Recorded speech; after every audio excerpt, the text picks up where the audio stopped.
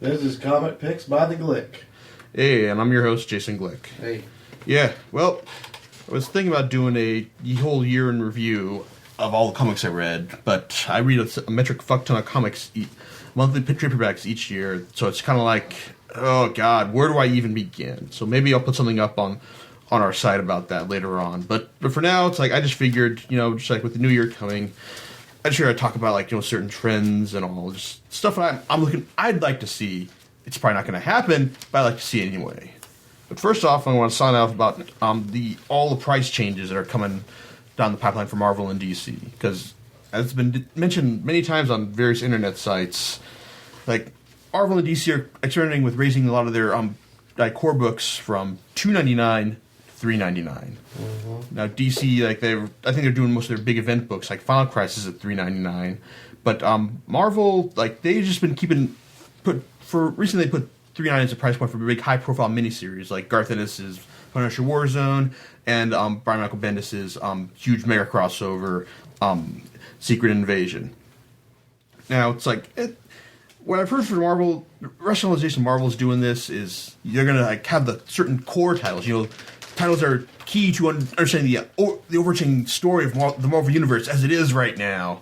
Those are gonna be $3.99. So if you want to know the story, you gotta pay out $3.99 for that. Mm. Yeah, and by doing so, Marvel will be able to keep all the $2.99 books, like all the mid-range sellers and all, like at $2.99. Of course, doesn't account for the fact that like with all the a lot of the people who are gonna pay the $3.99 for all these other books are probably gonna just have to like cut out a lot of the mid-list money they're saving for the mid-list titles to buy these all the $3.99 books. Mm.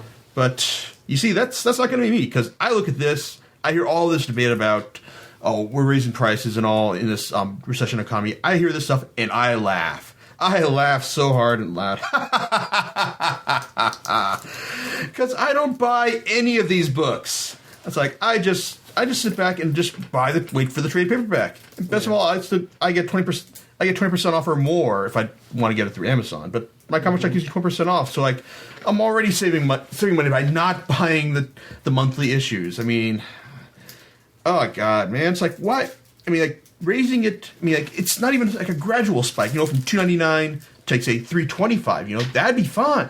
You can see like you're gonna wean your customer base like up to paying like $3.99 over the course of several years, but no, you're just gonna jump it right up to there, and you're just gonna I just fear it's gonna be like a huge mistake. I mean, I've heard talk that one of the other reasons Marvel is doing this is to turn people on to their digital distribution methods, because because if you cut out like the costs of printing and stuff, then yeah, I guess it's cheaper by going online, but I haven't really bothered like with any kind of digital distribution stuff. I mean, my digital distribution source is BitTorrent, and that's only for titles that I can't get through conventional means, like say Grant Morrison's Flex Mentallo miniseries, which has been mired in legal disputes thanks to the estate of Charles Atlas. Mm. Yeah. Anyway, but it's like as for all the price raisings going on for the monthly comic books, just follow money. Just stop buying them. Just wait for the trade paperback. Who knows? Maybe Marvel will just eventually decide, hey, maybe we'll just sell them the trade paperbacks. Just screw the monthly format. We'll just go trade paperbacks directly. Mm-hmm. Yeah, that's never going to happen. But I see Marvel's publishing wing going under before that happens. Mm-hmm. Yeah. Anyway, but I don't know. As far as regular comic books news goes, one of the things I hope for next year is that Ultimate Spider-Man stays the way it is, because the Ultimate Marvel Universe, which is now consists of the Ultimate Spider-Man, Ultimate X-Men, Ultimate Fantastic Four has its own crossover going on right now called Ultimatum, because no one really pays attention to the Ultimate Marvel Universe anymore, because it's no longer the bright, shiny new thing that it once was, and sales for Ultimate X-Men, Ultimate Fantastic Four have just gone straight down the crapper. Mm. Now, one of the reasons you could argue that is because Marvel has been saddling B-list creators. Now, no disrespect to Robert Kirkman and Mike Carey, who've been handling Ultimate X-Men and Ultimate Fantastic Four, recently before they were taken on by guys who used to write for Heroes. But one of the reasons that the Ultimate Universe was successful for as long as it was because Marvel just went to the effort of getting like big A-list creators, the creator of the crop to tackle these people, like people like Bendis, who's still writing Ultimate Spider-Man. It's still the healthiest Ultimate title. It's still the only Spider-Man title you need to buy. And you also got Bendis working on Ultimate Fantastic Four, also with also stints by Warren Ellis, Mark Miller, and Ultimate X-Men also having additional stints by Bendis and Brian K. Vaughan. And well, it's like now, but ever since they went to slightly less lower wattage creators, I mean, like the story's been all right. Well, Kirkman did all right with Ultimate X-Men. Carey was very hit or miss with Ultimate Fantastic Four.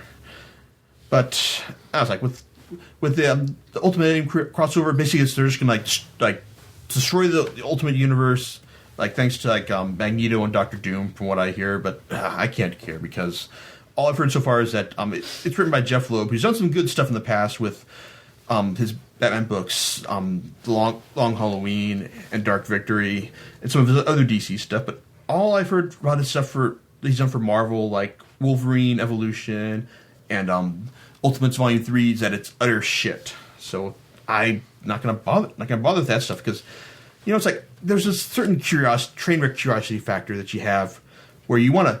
I hear this book is so fucking awful that I want to buy it to see how awful it is. But then you hear about it, no, it's really fucking awful. So I don't want to know. I want to spend the money to find out how bad it is. It's like a double-edged thing. It's the same reason I haven't watched Batman and Robin yet. Batman and Robin, the movie? Yeah. Oh, okay. Yeah, that's a really bad movie. Yeah. But I don't know, it's like getting back to the point. Like Ultimatum is supposed to change the Ultimate Universe forever, which is basically it's just like a big crossover and to like get people more interested in the Ultimate Universe again, so they can relaunch Ultimate X-Men and Ultimate Fantastic Four.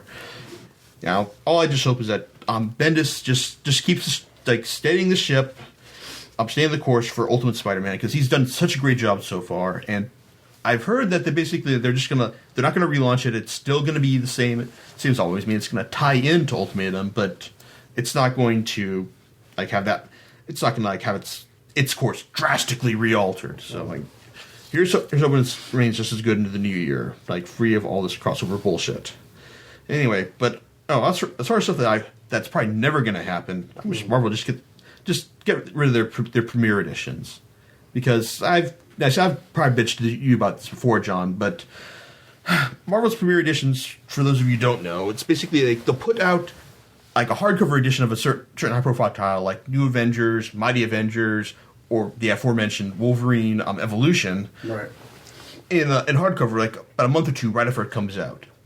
Now, then about 3 or 4 months later, then they'll put out the regular trade paperback edition after knocking about $5 off the cover price. I don't know. This just drives me nuts because it seems like you're like almost trying to get people to pay twice for the same thing, but really what it seems like it's kind of a stopgap for like their trade paperback program. I mean, like by putting out the trade paperback so close to the conclusion of the original storylines, they risk having the audience just try and follow the trade paperbacks instead of the monthly issues. The problem with a lot of Marvel's premiere edition stuff is that they're kind of devaluing the hardcover format with a lot of stuff they put in there. So they're always putting it out in hardcover. Yeah, a lot of the major stuff. I mean, like some of the like regular titles like Daredevil, various like Daredevil, other Wolverine titles, Ultimate Spider-Man. They don't put in. They just go straight to paperback. But a lot of the stuff they put in hardcover. I mean, hardcover is supposed to be like a prestige format by itself. I mean, this is stuff you want to have last forever. I mean, like. I'm proud to own the Next Wave Agents of Hate premiere hardcovers because I tell you, this is a series that I want to own a hardcover because it is so goddamn awesome. I don't want to everyone to say, hey, this series is so great. They put it in hardcover, but when you put it next to like stuff like Wolverine Evolution, then it's like it kind of like like it's Marvel. They'll put anything in hardcover. That's the problem right there. I mean, it's like, and really, I just rather just put stuff in softcover, like say 3 or 4 months after, like once they've had like sufficient lead time on the next storyline before they collect the series. But it's been working out great for Marvel so far, so I don't see them changing it changing at this point so far. Yeah, but I don't know. As far as more interesting stuff goes, I'm looking forward to I just keep looking forward to any new and interesting, new and weird manga that have come out in the next year or so. Specifically from Viz's Viz's signature edition and imprint. This is the imprint that brought you Monster, Golgo 13, and also it's now bringing you Vagabond, and also some other great stuff like Inyo Asano's Solanin, stuff that you couldn't, that really no other company could bring you unless they were making Naruto money, which is what Viz is making right now. Yeah, they have a license for that. Oh yeah, Viz is The distributor for the manga. The distributor for the manga. Yeah, Viz is the English front for Shogakukan and Shueisha. Oh, okay. They teamed up recently. It's now Viz has a license to pretty much every Shonen Jump manga ever made, which is basically a license to print money over here. Gotcha. Yeah, and so fortunately, Viz, I get the feeling that a lot of Viz's editors see are kind of grateful in a sense to the success for a lot of the Shonen Jump stuff, or at least a lot of their younger styles that skew younger. That, in a sense, that they make so much money that they can put out stuff like all the stuff in the signature series that probably won't that sells sweet fuck all. So yeah, it's got a pretty big following. So yeah, and it's what you're saying is it's basically like an insurance policy. It's locked in its fan base. Yeah, I think this is publishing strategy is basically probably focused more towards making money. But I like the fact that they're also that a lot of their staff seems wants to use every opportunity they can to try and push new and weird stuff out there. So to that end, I'm looking forward to the English versions of Naoki Urasawa, creator of Monster, his new works, or not quite new works, but because they've been out in Japan for years, but 21st Century Boys and Pluto. Pluto, which is interesting because it's based off a Astro Boy story by Osamu Tezuka, and it's one of those rare cases because while it's business as usual for an American creator to tackle someone else's creation in American comics, this stuff doesn't happen at all in Japan because everything is creator owned there. So for Urasawa to get this chance to spin his own tale based on Tezuka's creation, that's a big deal.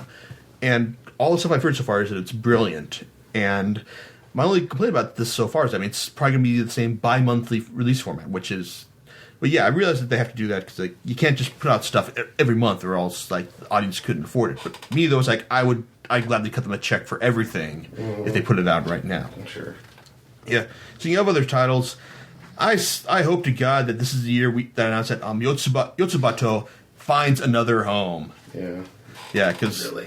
Yeah, because John, because I know John reads this, and we are fed up to death the fact that ADV has. They say that they've just ADV's got into so much trouble on their anime publishing wing, and also that their manga publishing stuff has fallen right off the face of the earth. Yeah, exactly. Yeah, we've got we had I think that the last thing they published was a volume of Cromartie early last year, and now you've got Yotsubato. The ones that everyone loves that still sells well.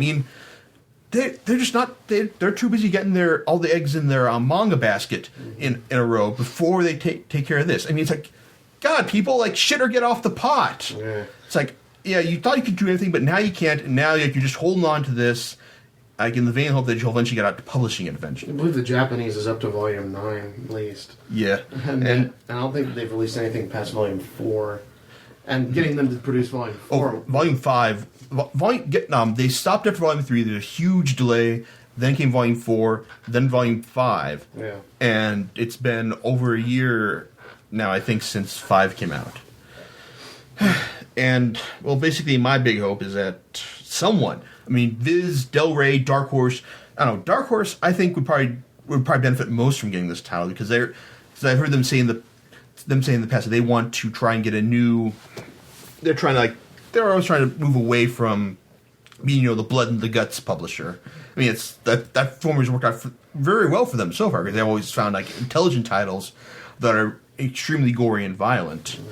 But Yotsubato, I think that'd be a good game changer for them if they could get their hands on it. But I can't remember if I'm pretty sure it's a Kodansha title, so that means it could, like I said, it could still go to Dark Horse, but it might also go to Del Rey, or Kodansha could be keeping it itself for its, well, Kodansha was supposed to launch their own English language manga imprint this year, but now it's the new year and nothing's happened yet. Mm-hmm. So it's up in the air. Yeah. Anyway, oh well, I guess I've rambled on long enough. So, like, my final hope for next year. Oh yeah, I also hope that the prison arc wraps up in Blade of the Immortal with the forthcoming Demon Lair Volume 2, Volume 21, actually. Mm. So, I mean, it's yet to be solicited outside of the fact that it was mentioned in the last volume of Blade of the Immortal, Demon Lair Volume 1, which was awesome. Mm-hmm. Yeah, but I hope. My final hope for this new year is that Peter Milligan's run on Hellblazer is good. Because while I talked a little while ago about Andy Diggle's run on Hellblazer, and I was talking about his final arc, and that his final arc wasn't bad, but you really had to be versed in old school Hellblazer mythology, like I am, to get some kind of enjoyment out of it. And really, it's more interesting to see what he was trying to do than for what he actually wound up doing. So Milligan, who's one of the old school Vertigo founders with his Shade the Changing Man title, he's done lots and lots of stuff with Vertigo for years. I mean, it's been a while since he was there. And the last major thing he did was the Human Target series, which is great. And he's coming back to do Hellblazer. I mean, he's never done John Constantine in his... Well, he's never written Hellblazer before. I think he might have written John Constantine in Shade the Changing Man, but I have to go back and check. But still, like, I mean, he's got a great quirky sensibility, and he's also like got that old school Vertigo flair to him that'll probably hopefully serve him well in the title. So like the story he did in Hellblazer 250 was decent enough. So I'm looking forward to seeing how he goes in the new title. Okay, with that, that's my hopes for the new year. All right, and well, hopefully, like as always, hope for a better this year than it was last. But with comics.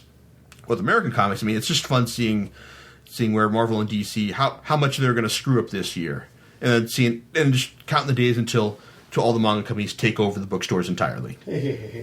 Okay, with that, we'll see you later. All right.